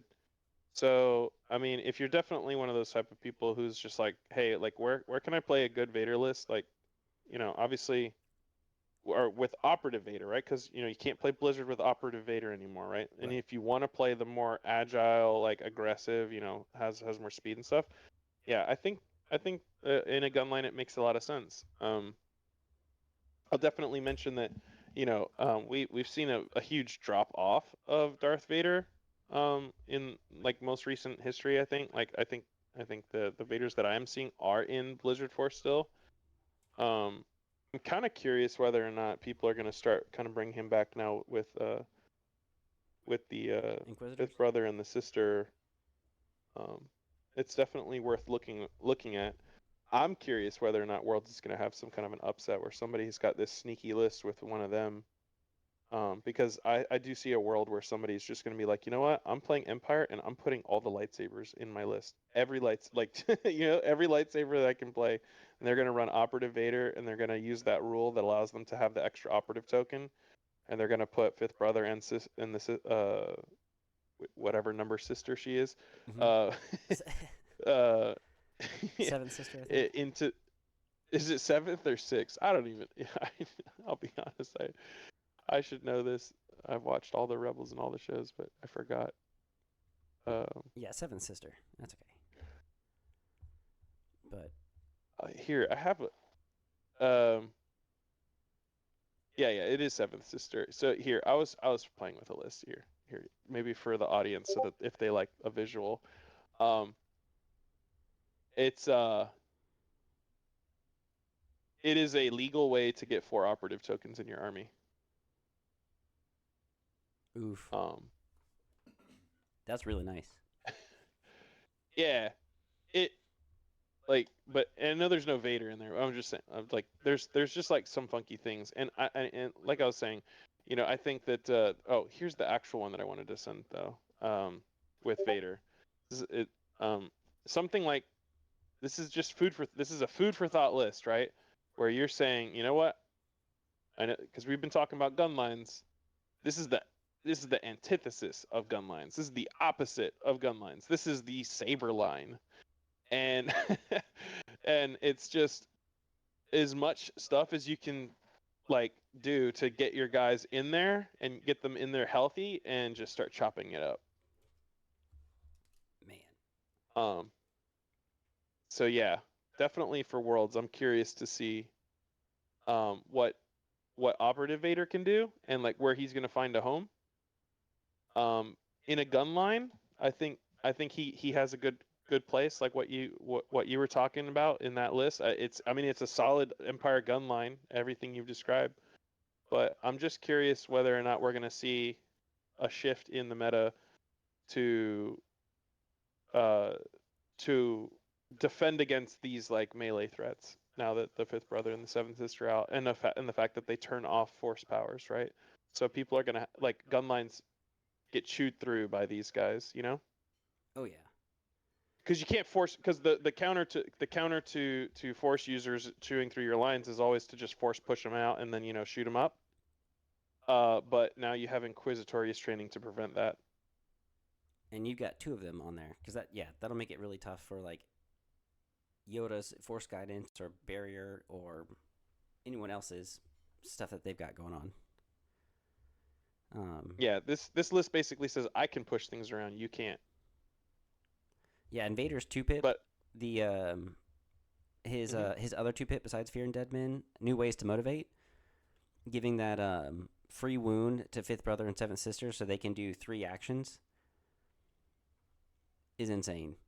Because then she's got yeah, charge, and you can triple move and then do, get into their gun line. And then even with the fifth brother, if he already had a wound from a shot, and then now you give him another wound for his enrage, he's gonna be able to move in quickly and just destroy. And with that ram as well. yeah, it'll be interesting to see, and I'm very curious to see what's gonna win Worlds. Is it gonna be a melee like slugfest with Ewoks? Is it gonna be lightsabers galore with brother and sister, or Vader? Or are we gonna see like these pikes and Gar just like monstrous dice pool armies like taking the day? Like I said, I don't know. We should take bets. We'll see. I'm betting on Rebels taking Worlds right now, $1. Ewoks, yeah, yeah. That's. I'm definitely willing to put my dollar there too. Oh, I was talking about not Ewoks. Oh, not Ewoks. Okay. I You're would say a hundred. not You mean quite you're 100 to 1? You're 100 to 1 odds. Yeah. Yeah. I'm gonna put a Rebel list outside of Bright Tree Village. Top 16. Mark it now. Okay. All right. All right. And it's I don't gonna know if have I an want to. FT cannon. Well, yes. If it doesn't have Ewoks, it definitely has an FT cannon. That's absolutely sure. 100% it does. I don't know, man. Top 16. Call it here. Top I'll put a top dollar on it. 16. Top Okay. 16. I have I faith. can All see that happening though. Those Ewoks are especially the guy the French guy who's been playing the Ewoks. He knows exactly how to play those. Yeah, yeah, it's Mhm. gonna be, it's gonna be up there. I mean, I know I mean, I'm gonna say right now, like I think Ewoks is gonna take it, but if not, it doesn't. If it doesn't take it, it's at least top 8. And in a top 16 Rebel list with an FD cannon, that's a pretty, like I don't know, you could put more than $1 on it. That's a pretty safe bet. You're right. I'm gonna put $2 on it. All right, good. Yeah. I'll go as far to I'll parlay that too. All right, and then just real quick, lastly, the CIS Yeah, list. let's get it. We've got Asajj with burst, push, into the fray, and offensive stance, unless you wanted to swap that out for like a offensive push. And then you've got Cad Bane with duck and cover, situational, and electro gauntlets. You've got a T series with comms relay just in case, depending on whatever kind of. If you don't want that one, you don't have to take their orders or their command cards. So then you don't have to take comms relay. You can just make sure you only have Cad's and Asajj's orders. And if that's the case, you've got 793. You've got 2 B1 battle droids with the PK series, one with electro binoculars to give an extra aim to, the Magna Guard with the RPS, and then you've got 4 B1s with the E5S, giving you 10 activations and at 793 without the comms. You think that the E5S is the best, or do you think having an E60 in replacement of 2 of those would even be better? Um, I personally like the E5S. I know people are gonna kind of just like question mark it because it's range 4, I think, right? White and a red, critical 1 on 2 dice. After cover, sometimes you're gonna hit it, sometimes you're not. But I think the magic of where the E5S shines is just plink damage, rolling dice. And if anybody's gonna be close enough at range 3, now you're looking at what, 6 white, 1 red. You're gonna get a critical in there. Like the chances of that happening are pretty tall. So I personally like the E5S, just because it does offer that little blink damage. And I've been on the opposite side of like running an AA5 somewhere and thinking that it's safe, and then over the course of like 3 rounds, 5 E5Ss are just rolling crits, and I'm like, well, what the fuck am I gonna do with that? You know? So I personally like the E5S, and then the PK Worker series are, I'm assuming, they're to back up anything that falls, especially like the Magna Guards. And that RPS rocket is really good too at doing Plink, because I think it's what, Impact 2 Critical 1, if Yes. I'm It's correct. so Am I good. swapping that? Yeah, It's so good. it's Magnas are the good. reason why CIS can win any Hmm. game. Like Yeah, triple Magna every time. Like if you want to make a CIS list, put 3 Magnas in it and then start building the rest of your list. yeah, honestly. So I've got 3 Magnus with the RPS. You've got 3 E5S B1s. You still have 2 B1s with the PK series droid, and then you just take out Asajj. You take out Asajj and a B1, and you have CAD, the T series, and then you've got 3 Magnus. And you still Yeah, have that. 30 points left over to do with what you want. Ugh. Yeah, it's such a Hmm. flexible it's such a flexible army, I'll be honest. It's one of the things that I think draws people to CIS is the fact that they figure out very quickly that like perfect order control is a thing in this game, and it's pretty addictive to never have to like shuffle tokens into the bag and like figure it out. I mean, hey, I play Yoda, right? I get to do that 3 times a game. But like it's the big draw for CIS, and again, when you're going with your Magnas, like when you need them to go all the time, um, and you're plinking with those little like, again, I agree 1000% that having that critical is is critical, no pun intended. Yeah. It's insane. I have lost a Yoda over the course of 6 turns of shooting to just the odd crit over and over and over and over, and it sucks so Mm. much, you know, because you can't guardian that crit with Boyle, and you're just like, oh, Ugh. it feels so bad. Yeah, and then even if you have like force barrier, now you're like, You can't force barrier yourself oh yeah, either. that's right Right. too. Yeah, never mind. So they just they You're just done. target Yoda with one crit, one crit, one crit. Chewie can eat one with Protector, but then it's like, but you got 5 of those guys doing it every round. And then It's you're like, so does annoying. Chewie really want to eat 5?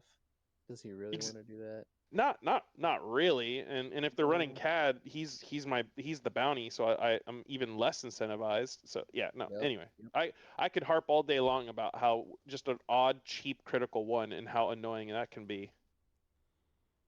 Yeah. So powerful. Because Yeah. besides the T series and the Battle Droid with just the PK series, you've got.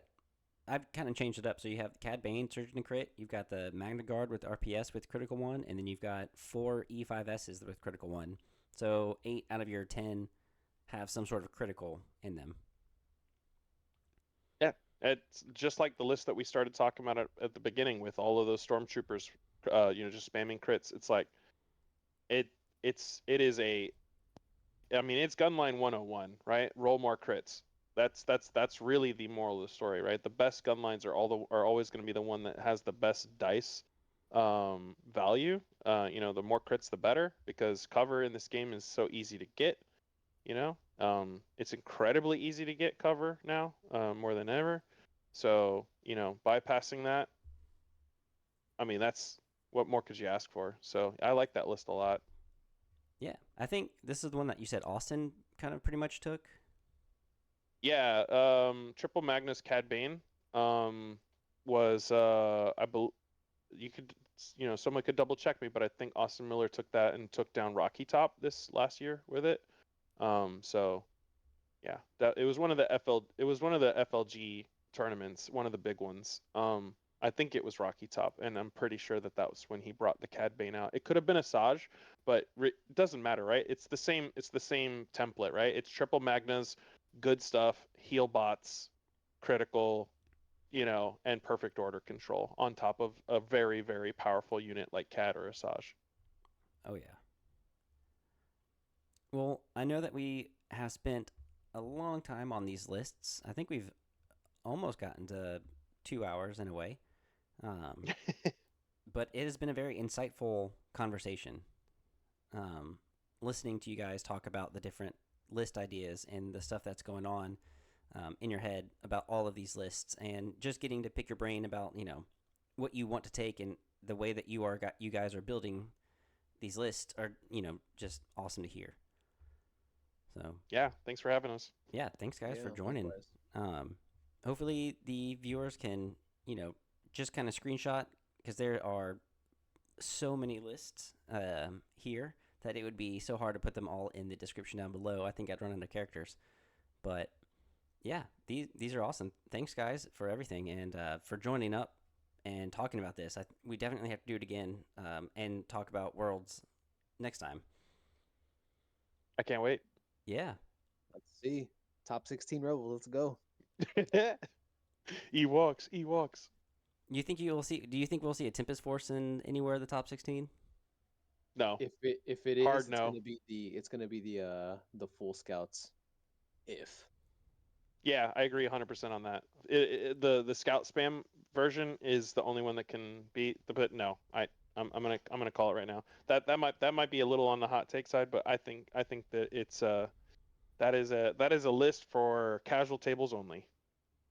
Um, okay, let me real quick. Let me run through the rest of them. So with let's see, with Rebels, real fast. You have Ewoks. Ewoks top six, top eight, top eight. Ewoks. Number one. I would say Ewoks top 4. What about Echo Base? 16 for Yeah, I'd sure. say 16. That's Yeah. that's the one that I was giving Anthony. Where you can see if you're saying Rebels with an FD cannon makes it into the top 16, it's like the Echo Base. That it's still a thing. Yeah, I would give Echo Base. Yeah. Blizzard Force. Uh, Definitely top 16. Piloted well, it can be top 8. But I would say the same thing. Top 8 if it's a really good pilot. Imperial Remnant. Top 16 at best. It's falling off. What's the one below 16? That's my answer. Top 32. Yeah, top 32 for sure. Top 32. It's not a trash list. It's just that Yeah, I'm not trashing it, but people have moved on to better lists. That's all it is. Like Yeah. the people that could do well with it have found better lists, and they're just running those. Yeah. What about 501st? Top 16 for sure. It's Yeah, still I good. would say that. Yeah, it's still good. It can get up there. Yeah, pikes are better, but it's still good. What about Wookiee Defenders? Number one. No, I'm sorry. More realistically, top 32. Yeah, I'd say the same. Top 32. I think people have kind of gotten over the fact that if you honestly, I'm gonna say this hot take. I am not scared of Wookiee defenders with triple flutters. I don't really care. I know how to play against them now. I run enough games where I'm just like, okay, cool. They're gonna die. Watch this. And Yep. if you have to take a couple turns, okay, I'll retrace that. I'm not scared of it because I've ran against it so much, and I'm also very, very vigilant on what the battle deck is and where to ban and how to ban and to pick table side. But if you're like in that mindset, yeah, I would say this top 32 at least, but they're not going to be that high up. It's gonna win more games if it's got a good pilot with a bid and Yoda. Like it'll win some games because the objective lists that it plays are crushingly oppressive depending on Yeah. the situation. Mhm. But yeah, top 32 is pretty safe. You're never gonna make it into the like if they make actually I'll what I would say is below top 32 would be they will be lucky to make it to day 2. That's actually because I think Worlds is multi-day event and a single elim, right? So that means I think you have to go 4-0 on day Yep. 1, and I would say that they would be lucky to make it 4-0. I think just given the fact that there's so many powerful lists out there, it's my favorite list in the entire game right now for fun factor. I mean, it's my tag in Discord, but um, yeah, it's I don't think that it is just like Tempest. It is for fun, for flavor, but it's not competitive. All right. What about the Separatist Invasion? Won't make it to day 2. Yeah. I don't think we'll see a Separatist Invasion at all. No, it won't. It There will. could probably be one No, or two people, maybe. they'll play it. They'll play it. Somebody's gonna be wild and play 2 double AATs or whatever. But somebody will think like, yeah, whatever, double AAT, like, and it's a thing. But no, no, it won't make it to day 2. What about experimental droids? Top 64. Yeah, I don't know how many lists. I don't know how many people make it to day 2, but I think it is day 2 viable, but unlikely. I can see them going 4-0 day 1. I can. Yeah, exactly. Like if you making it to day 2 would be the extent. Like, and once they get into that top cut though, like where people like now you're in 5-0 territory, it's gonna be all over. Like every good list we were talking about, that's all you're gonna be playing against. So yeah, it's a day 2 viable list. Oh yeah, and then Shadow Collective is the last battle force. I mean, as a faction, it's definitely making it into the top 32. But which one? That's a harder thing to ask. Right.